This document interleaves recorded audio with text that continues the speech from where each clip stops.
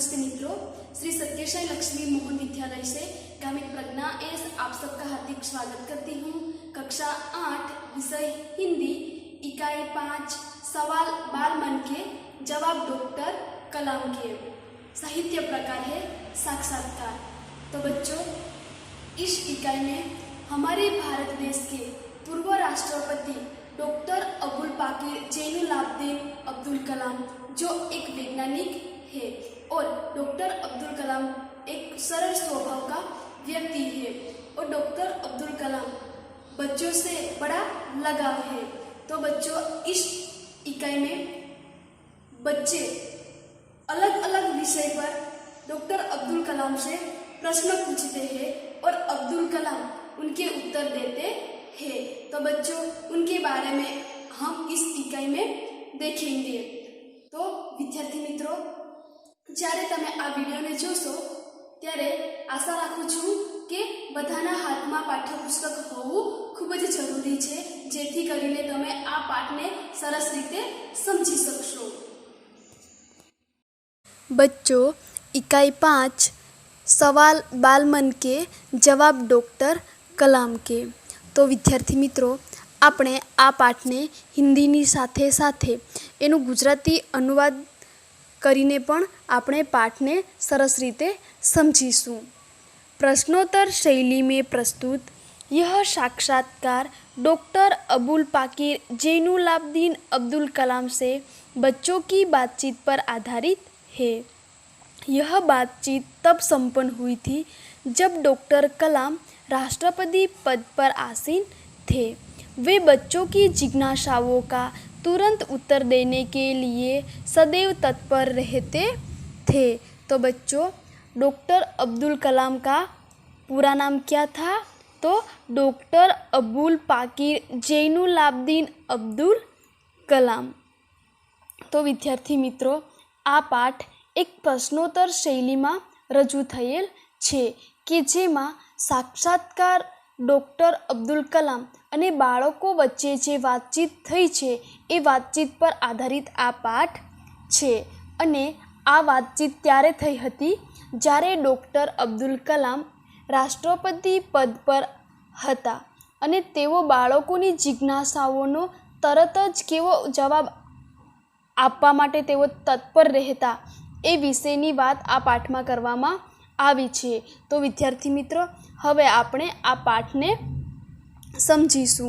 અને અહીં આપણે ચિત્ર પણ જોઈ શકીએ છીએ કે જેમાં ડૉક્ટર અબ્દુલ કલામ એક ખુરશીમાં બેસેલા છે અને એમની સામે બધા વિદ્યાર્થીઓ છે અને તેઓ સાક્ષાત્કાર વિદ્યાર્થીઓની સાથે બેસીને વાત કરી રહ્યા છે।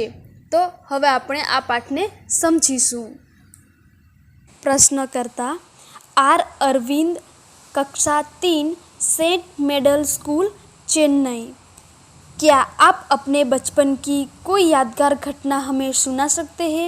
डॉक्टर कलाम: कक्षा 5वीं के मेरे शिक्षक श्री शिव सुब्रमण्यम अय्यर की एक बात मुझे याद है। एक दिन कक्षा में वे हमें बता रहा थे कि कोई पक्षी कैसे उड़ता है। उन्होंने हमें रामेश्वर के समुद्र तट पर ले जाकर इसका जीवंत उदाहरण दिया। वह ऐसी यादगार घटना थी जो मेरे मन मस्तिष्क में हमेशा के लिए बैठ गई। इसी से मुझे आगे विज्ञान पढ़ने की प्रेरणा मिली। बच्चों, यहाँ पर शब्द अर्थ है जीवंत यानी कि जीवित, जीता जागता। यादगार यानी कि जिसे भुलाया न जा सके। मस्तिष्क यानी कि दिमाग। और प्रेरणा का मतलब है प्रोत्साहन। तो बच्चों, यहाँ पर तीसरी कक्षा का एक छात्र जिसका नाम है आर अरविंद, जो सेंट मेडल स्कूल चेन्नई से है, तो वो डॉक्टर अब्दुल कलाम से प्रश्न पूछते हैं कि क्या आप अपने बचपन की कोई यादगार घटना हमें सुना सकते हैं? तब डॉक्टर कलाम कहते हैं कि जब मैं 5वीं कक्षा में था, यानी कि जब डॉक्टर अब्दुल कलाम 5वीं कक्षा में था, तब मेरे शिक्षक का नाम श्री शिव सुब्रमण्यम अय्यर था। उसकी एक बात मुझे याद है कि पक्षी कैसे उड़ते हैं। ये उसने हमें बताया था। उसके लिए वे हमें रामेश्वर के समुद्र तट पर ले जाकर हमें उसका जीवंत उदाहरण दिया था। यह ऐसी यादगार घटना है जो मेरे मन मस्तिष्क में बैठ गई। इसी से आगे चलकर मुझे विज्ञान पढ़ने की प्रेरणा मिली। तो विद्यार्थी मित्रों, અહીં ત્રીજા ધોરણનો આર અરવિંદ નામનો જે છોકરો છે જે સેન્ટ મેડલ સ્કૂલ ચેન્નઈનો છે અને એ છોકરો ડૉક્ટર અબ્દુલ કલામને પ્રશ્નો કરે છે કે શું તમે તમારા બાળપણનો યાદગાર પ્રસંગ સંભળાવી શકો? ત્યારે ડૉક્ટર અબ્દુલ કલામ તેની બાળપણનો એક યાદગાર પ્રસંગ સંભળાવે છે કે જ્યારે અબ્દુલ કલામ 5મું ધોરણ ભણતા હતા ત્યારે તેમના એક શિક્ષક કે જેમનું નામ છે શિવ સુબ્રમણ્યમ, તેમણે તેમના ધોરણમાં બતાવ્યું હતું કે પક્ષી કઈ રીતે ઉડે છે અને એનું જીવંત ઉદાહરણ બતાવવા માટે રામેશ્વરના સમુદ્ર તટ પર લઈ ગયા. ડૉક્ટર અબ્દુલ કલામને આ પ્રસંગ હંમેશા યાદ રહે છે અને તે કહે છે કે આનાથી જ મને વિજ્ઞાન ભણવાની પ્રેરણા મળી. તો વિદ્યાર્થી મિત્રો, અહીં આપણને એ જાણવા મળે છે કે ડૉક્ટર અબ્દુલ કલામને વિજ્ઞાન ભણવાની પ્રેરણા કઈ રીતે મળી હતી. પ્રશ્નકર્તા સરયુ મકર, कक्षा 5, वाल्मीकि नगर हिंदी माध्यमिक शाला नागपुर. बचपन में हमें किस भाषा को प्रमुखता देनी चाहिए? तो बच्चों, यहाँ पर 5वीं कक्षा का सरयू मकर जो वाल्मीकि नगर हिंदी माध्यमिक शाला नागपुर का है, तो वो अब्दुल कलाम से प्रश्न पूछता है कि बचपन में हमें किस भाषा को प्रमुखता देनी चाहिए. प्रमुखता का अर्थ है महत्व. डॉक्टर कलाम: मैंने स्वयं माध्यमिक शिक्षा तक की पढ़ाई अपनी मातृभाषा के माध्यम से पूरी की है. कॉलेज और उससे आगे की शिक्षा अंग्रेजी माध्यम की संस्थाओं में हुई. मेरा मानना है कि हम कॉलेज में भी माध्यमिक के रूप में मातृभाषा का चुनाव कर सकते हैं, क्योंकि युवा अपनी मातृभाषा में ही सोचता है, उसी में अपनी बात सहजता से कहने में सक्षम होता है. पर इसमें कोई भी दो राय नहीं कि वैश्विक स्तर पर संपर्क के लिए हमें अंग्रेजी जैसी एक संपर्क भाषा की नितांत आवश्यकता है. तो बच्चों, यहाँ पर शब्दार्थ है सहजता यानी कि आसानी से, सक्षम यानी कि समर्थ, वैश्विक यानी कि विश्व संबंधी, नितांत का मतलब है अत्यंत. तो बच्चों, यहाँ पर सरयू मकर नाम का जो एक छात्र है जो 5वीं कक्षा में पढ़ता है, वो वाल्मीकि नगर हिंदी माध्यमिक शाला नागपुर का है. तो बच्चों, वो डॉक्टर कलाम से प्रश्न पूछता है कि बचपन में हमें किस भाषा को प्रमुखता देनी चाहिए. तब डॉक्टर कलाम कहते हैं कि मैंने स्वयं माध्यमिक शिक्षा तक की पढ़ाई अपनी मातृभाषा में पूरी की है. कॉलेज और उसके आगे की शिक्षा अंग्रेजी माध्यम की संस्थाओं में हुई है. लेकिन मेरा मानना है कि कॉलेज का शिक्षण भी मातृभाषा में माध्यम से ही होना चाहिए, क्योंकि युवा अपनी मातृभाषा में ही सोचता है और उसी में ही अपनी बात सहजता यानी कि आसानी से कह सकता है. लेकिन इसमें कोई दूसरी राय नहीं है कि वैश्विक स्तर पर संपर्क में आने के लिए हमें अंग्रेजी जैसी भाषा की आवश्यकता है. डॉक्टर कलाम मानते हैं कि शिक्षा का माध्यम मातृभाषा होना चाहिए, क्योंकि विद्यार्थी जिस भाषा में सोचता है उसी भाषा में अच्छी तरह बोल सकता है. लेकिन हाँ, वैश्विक स्तर पर संपर्क बनाने के लिए अंग्रेजी जैसी भाषा की भी आवश्यकता है. तो विद्यार्थी मित्रों, અહીં સરયુ મકર નામનો જે છોકરો છે કે જે 5મા ધોરણમાં ભણે છે અને તે વાલ્મીકી નગર હિન્દી માધ્યમિક શાળા નાગપુરનો છે. એ છોકરો ડૉક્ટર અબ્દુલ કલામને પ્રશ્ન પૂછે છે કે બાળપણમાં આપણે કઈ ભાષાને પ્રમુખ ભાષા માનવી જોઈએ. તો ત્યારે ડૉક્ટર કલામ કહે છે કે મેં પોતે પણ માધ્યમિક શિક્ષણ માતૃભાષાના માધ્યમથી જ પૂરું કરેલું છે અને આ ઉપરાંત કોલેજ અને તેના આગળનો જે અભ્યાસ છે એ અંગ્રેજી માધ્યમની સંસ્થાઓમાં પૂર્ણ કર્યો છે. પરંતુ મારું માનવું છે કે કોલેજ સુધી વિદ્યાર્થીઓએ પોતાના માધ્યમથી જ માતૃભાષા પસંદ કરવી જોઈએ, કેમ કે આજના યુવાનો પોતાની માતૃભાષામાં વિચારે છે અને પોતાની માતૃભાષામાં સરળ રીતે રજૂ કરી શકે છે. પરંતુ હા, એમાં બીજો કંઈ મત નથી કે વૈશ્વિક સ્તર પર, વિશ્વ સંબંધી સ્તર પર એકબીજાના સંપર્ક માટે અંગ્રેજી ભાષાની આવશ્યકતા છે. તો ડૉક્ટર કલામનું માનવું છે કે શિક્ષણનું માધ્યમ તો માતૃભાષા જ હોવી જોઈએ, કારણ કે વિદ્યાર્થી માતૃભાષામાં વિચારે છે અને તે જ ભાષામાં તે વિદ્યાર્થીઓ સરસ રીતે રજૂ કરી શકે છે. પરંતુ વૈશ્વિક સ્તર પર સંપર્ક માટે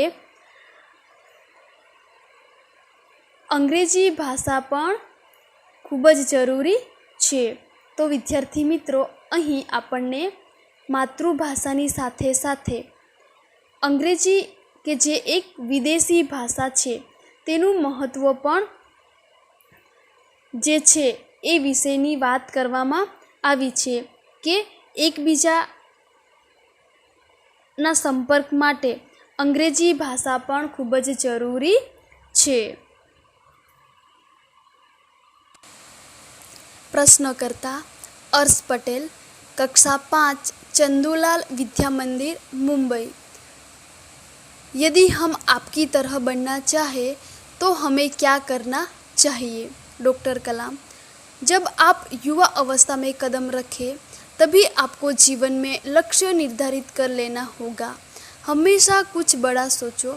जैसे ही यह अनुभूति हो कि आप आखिर बनना क्या चाहते हैं, तभी से उस दिशा में प्रयास और श्रम प्रारंभ कर दो. कहने का अर्थ है कि जी तोड़ मेहनत करो. ज्यों ज्यों आप आगे की ओर बढ़ोगे, आपका सामना बाधाओं तथा कठिनाइयों से होगा. आपको अपने अंदर दृढ़ साहस पैदा करना होगा. समस्याओं को पराजित करने में महारत हासिल करनी होगी, तभी जीवन में सफल हो पाओगे. पहले यह जरूरी है कि आप निरंतर ज्ञान अर्जित करो. तो बच्चों, यहाँ पर शब्दार्थ है लक्ष्य का मतलब है ध्येय, और यहाँ पर मुहावरे का अर्थ है कि जी तोड़ मेहनत करो. करना यानी कि बहुत मेहनत करना. समस्याओं का मतलब है उलझन, और अर्जित करना यानी कि प्राप्त करना. तो बच्चों, यहाँ पर अर्श पटेल जो 5वीं कक्षा का एक छात्र है, वो चंदूलाल विद्या मंदिर मुंबई से है. तो ये प्रश्न करता है कि यदि हम आपकी तरह बनना चाहें तो हमें क्या करना चाहिए. तब डॉक्टर कलाम क्या कहते हैं कि जब आप युवा अवस्था में कदम रखें तभी आपको जीवन में लक्ष्य यानी कि ध्येय, आप जीवन में क्या बनना चाहते हैं वो निर्धारित करना होगा. हमेशा कुछ बड़ा सोचो. आप आखिर बनना क्या चाहते हो, उस दिशा में श्रम प्रारंभ कर दो. कहने का अर्थ है कि कड़ी मेहनत करो. यहाँ बताया गया है कि जब आप युवा अवस्था में कदम रखें तभी आपको जीवन का लक्ष्य निर्धारित कर लेना चाहिए. अब जब आप आगे बढ़ोगे तब आपका सामना बाधाओं और कठिनाइयों से होगा, और आपके अंदर दृढ़ साहस पैदा करना पड़ेगा। समस्याओं को पराजित करने में महारत यानी कि योग्यता हासिल करनी होगी, तब जीवन में सफल हो पाओगी। लेकिन पहले ये ज़रूरी है कि आपको निरंतर ज्ञान अर्जित यानी कि प्राप्त करना पड़ेगा। तो बच्चों, पहले आप यह सोचो कि आपको जीवन में क्या बनना है और लक्ष्य निर्धारित होने के बाद उसी दिशा में परिश्रम करो और आने वाली कठिनाइयाँ का सामना भी करना पड़ेगा। कठिनाइयाँ और बाधाओं से जीतने से ही सफलता मिलती है। सामान्य स्तर के बच्चे जी तोड़ मेहनत करके आगे बढ़ सकते हैं।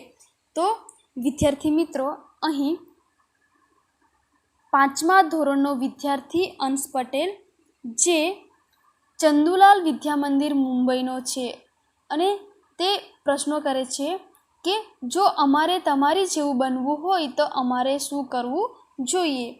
ત્યારે ડૉક્ટર કલામ કહે છે કે જ્યારે તમે યુવા અવસ્થામાં પગલું ભરો ત્યારે તમારા જીવનનું લક્ષ્ય નક્કી કરો। હંમેશા જીવનનું લક્ષ્ય નક્કી કરેલું હોવું જોઈએ અને તે જ દિશામાં જે લક્ષ્ય તમે નક્કી કર્યું છે તે જ દિશામાં તનતોડ મહેનત કરી દેવી જોઈએ અને તમે તમારા લક્ષ્ય તરફ આગળ વધશો ત્યારે અનેક મુશ્કેલીઓ અને સમસ્યાઓનો સામનો પણ કરવો પડશે। તમે તમારી અંદર દૃઢ સાહસને પેદા કરો એટલે કે હિંમત રાખો અને સમસ્યાને પરાજિત કરો અને જીત મેળવો, ત્યારે જ તમે જીવનમાં સફળ થઈ શકશો। પહેલાં તમે એ વિચારો કે તમારે શું બનવું છે અને પછી લક્ષ્ય ધ્યેય નક્કી કરો અને ધ્યેય નક્કી થઈ જાય પછી તે દિશામાં કઠોર પરિશ્રમ કરવાથી અને તેમાં આવનાર જે મુશ્કેલીઓ છે એના ઉપર વિજય મેળવવાથી जीवनमा खूब ज सरस सफलता मिले। बच्चों, अभी जो बाकी गद्य है उनके बारे में हम अगले वीडियो में देखेंगे। ओके, धन्यवाद।